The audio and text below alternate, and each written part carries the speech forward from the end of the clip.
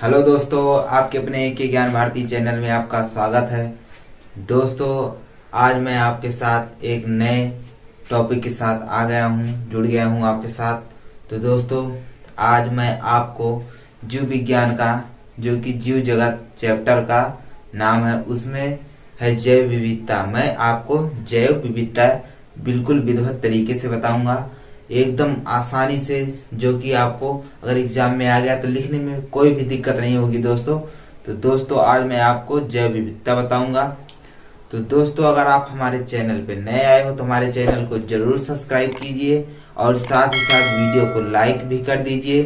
तो दोस्तों, चलिए मैं आपको आज जैव विविधता बताऊं। तो दोस्तों, अगर आपको हमारी मैथ की क्लास लेनी है और मैथ का अगर वीडियो, आपका कोई भी क्लास 10th का कोई भी सवाल चाहिए तो आप कमेंट बॉक्स में जरूर कमेंट कर दीजिए। मैं आपके लिए बनाकर वीडियो डाल दूंगा, तो आप वहां पर देख सकेंगे। तो दोस्तों, चलिए देर न करते हुए मैं जैव विविधता आपको बताता हूं। तो चलिए मैं आपको जैव विविधता बताते हैं। दोस्तों, जीव जगत, जो कि जीव विज्ञान का एक चैप्टर है, जीव जगत, जिसमें है जैव विविधता। जैव विविधता शब्द का प्रयोग W.G. रोजन ने 1985 में किया।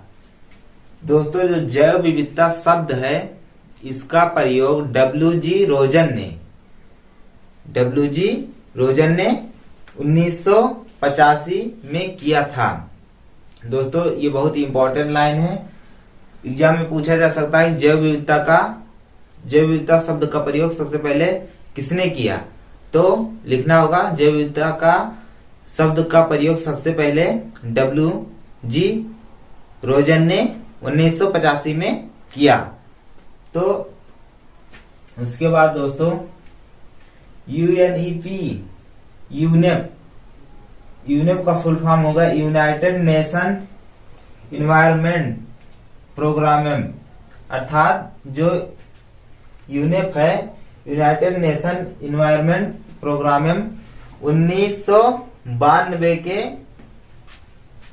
अनुसार जैव विविधता से तात्पर्य पौधे, जंतुओं तथा सूक्ष्म जीवों की विभिन्न किस्मों, उनकी विभिन्नताओं तथा पारिस्थितिकी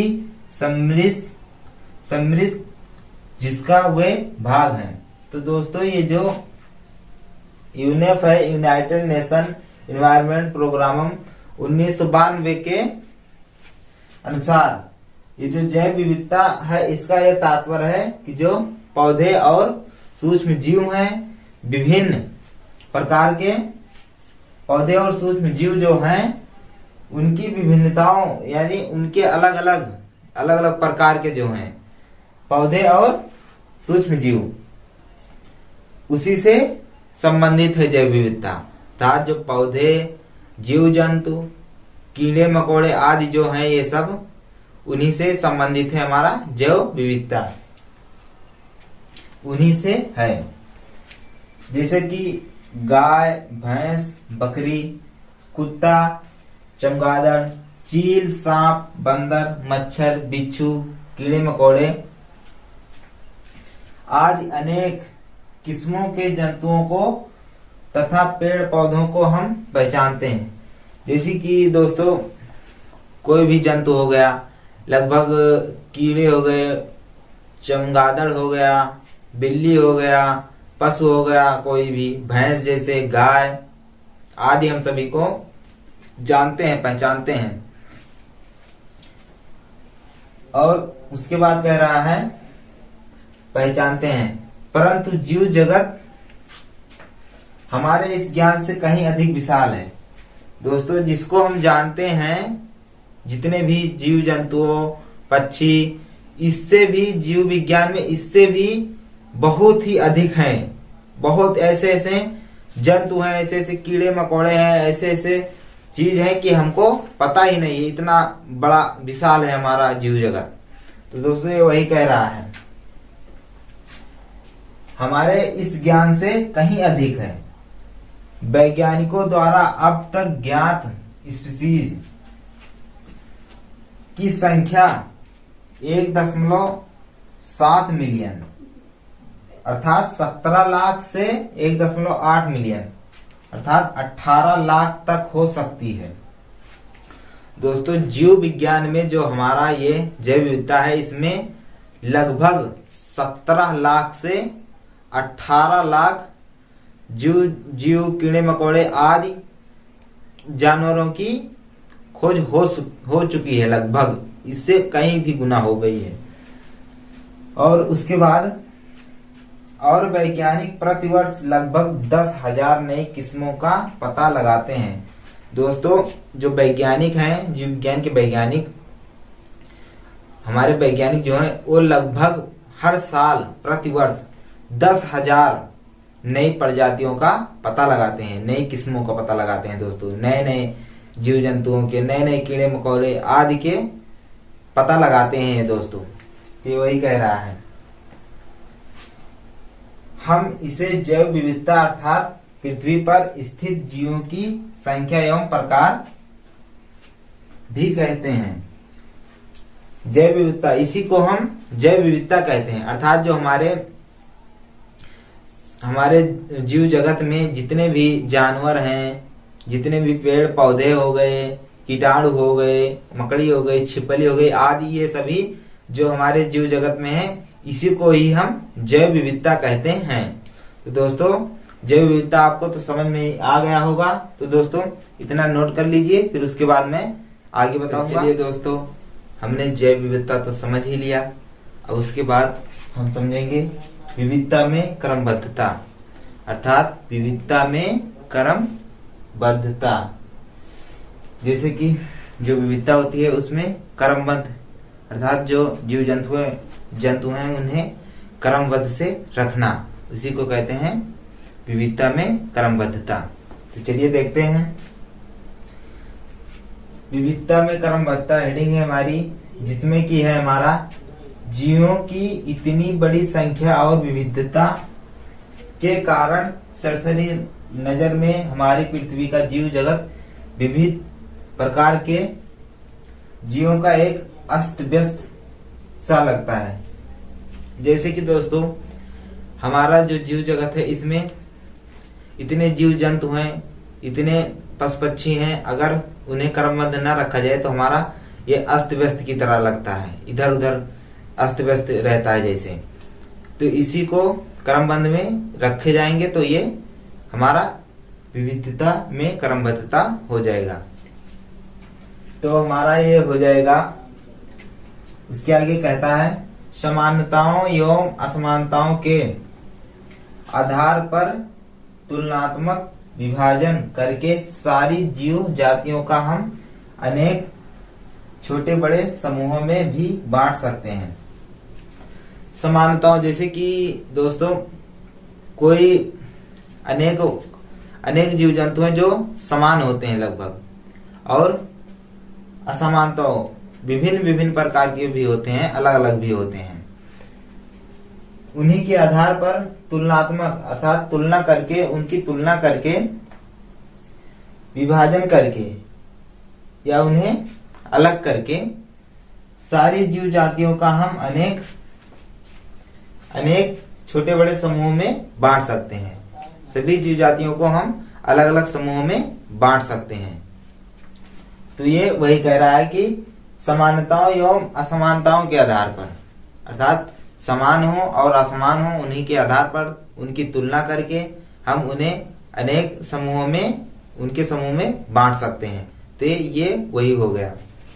तो चलिए उसके आगे क्या कह रहा है, देखिए उदाहरण दिया है। मछलियां अनेक प्रकार की होती हैं, परंतु इनकी सबकी रचना कार्यकी में इतनी समानताएं होती हैं, इनका एक ही समूह स्पीशीज बनाया गया है। दोस्तों जो मछलियां होती हैं उनकी रचनाएं लगभग, जितनी भी मछलियां होती हैं उनकी रचनाएं लगभग सेम होती हैं और उनका कार्य भी सेम होता है। वही कह रहा है कार्य की, उनका कार्य भी सेम होता है। जैसे कि वो तैरती हैं पानी में, पानी में ही रहती हैं और सभी मछलियां लगभग समान प्रकार की होती हैं। उसके बाद इतनी समानता होती हैं, लगभग उनमें बहुत ही समानता होती है, लगभग मछलियां एक ही प्रकार की होती हैं। तो इसीलिए दोस्तों इनका एक ही समूह पिसीज बनाया गया है। मछलियों का समूह होता है पिसीज। एग्जाम में पूछा जा सकता है मछलियों के समूह को क्या कहते हैं, या मछली जीव विज्ञान में जो जीव जगत है उसमें विविधता क्रमबद्धता में अगर हम कई मछलियों को एक ही समूह में रखें तो हम उसे क्या कहते हैं, उसी को हम कहते हैं पिसीज। अब उसके बाद दोस्तों आ गया हमारा इसी प्रकार है, चूहे, बिल्ली, गाय, मनुष्य आदि काफी भिन्न हैं, लेकिन सभी में स्तन और बाल होते हैं, अतः इनके समूह को मैमेलिया कहते हैं।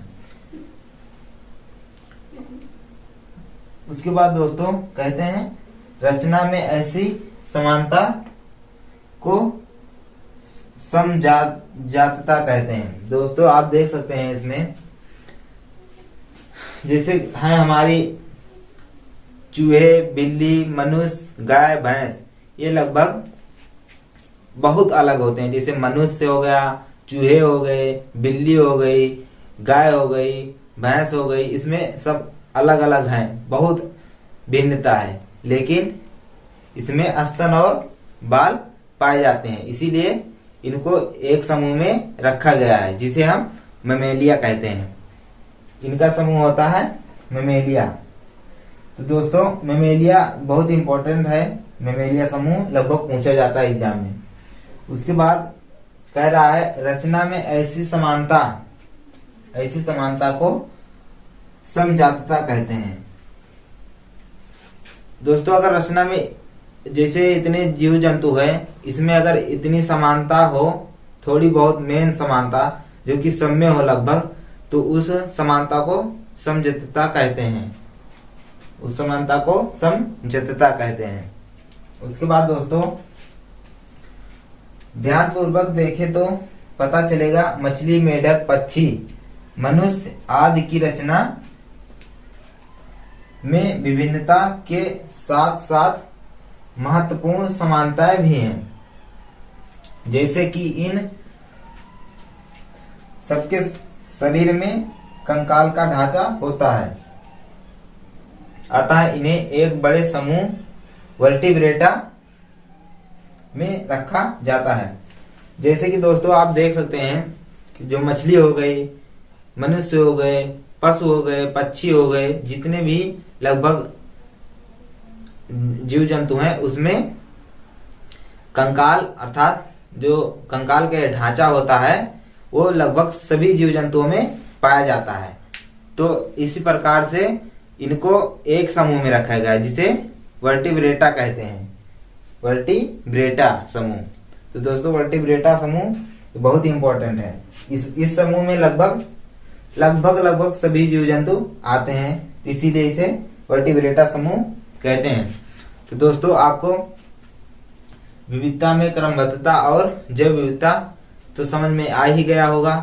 तो दोस्तों अगर वीडियो अच्छा लगे तो हमारे चैनल को जरूर सब्सक्राइब कीजिए और साथ साथ अपने दोस्तों के साथ शेयर भी कर दीजिए। तो दोस्तों मिलेंगे नए वीडियो के साथ, तब तक के लिए जय हिंद।